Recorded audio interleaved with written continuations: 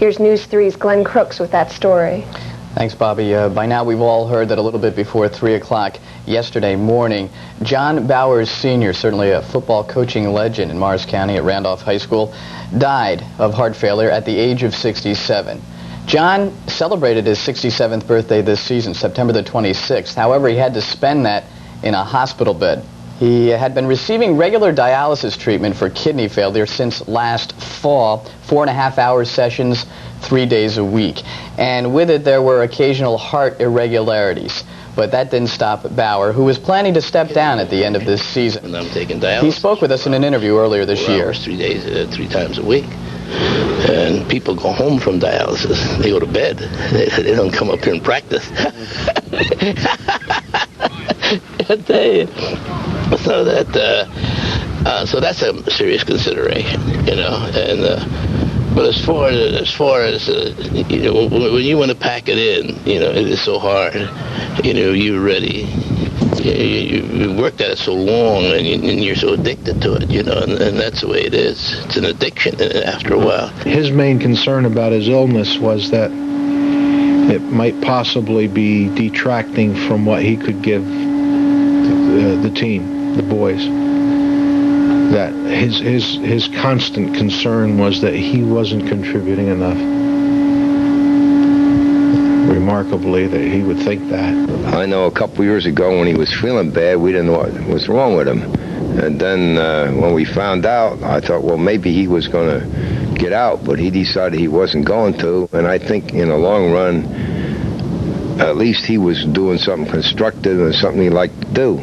Bauer was unique, really a one-of-a-kind, a man who, when he arrived on the scene in 1966, helped turn not only the high school program around, but also the midget program in town. We weren't doing too good on the midget level when he got here, and the high school was doing terrible.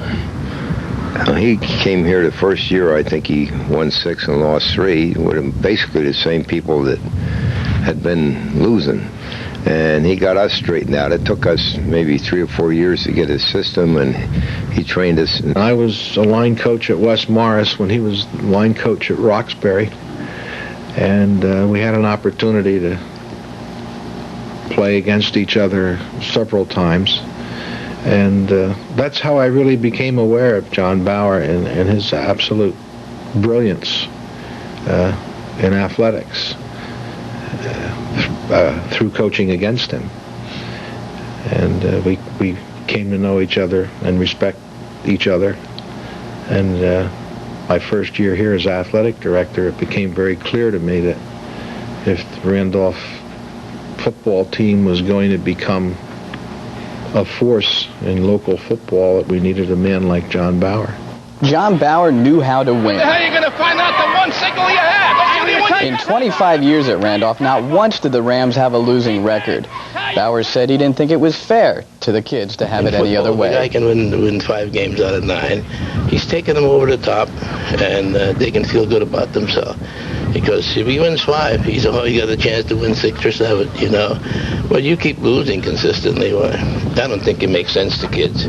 Kids are too sophisticated today to buy that garbage. You know, they're not gonna.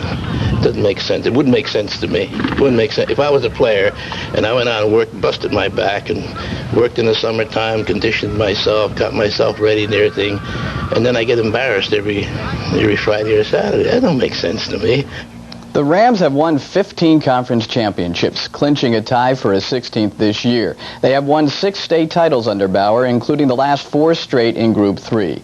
Last weekend, Bauer guided his program to their 46th consecutive win, a 10-7 victory Sunday over Morris Knolls, extending the Rams' state record for consecutive wins. But this is not the way Bauer wanted it to end.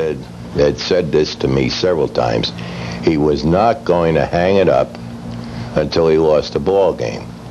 He was so concerned about placing the onus on his son, or anybody else for that matter, with this streak, that more than once privately he said to me, if it wouldn't hurt the kids, I almost wish we'd get the loss and get the monkey off our backs so that we could go on with our lives.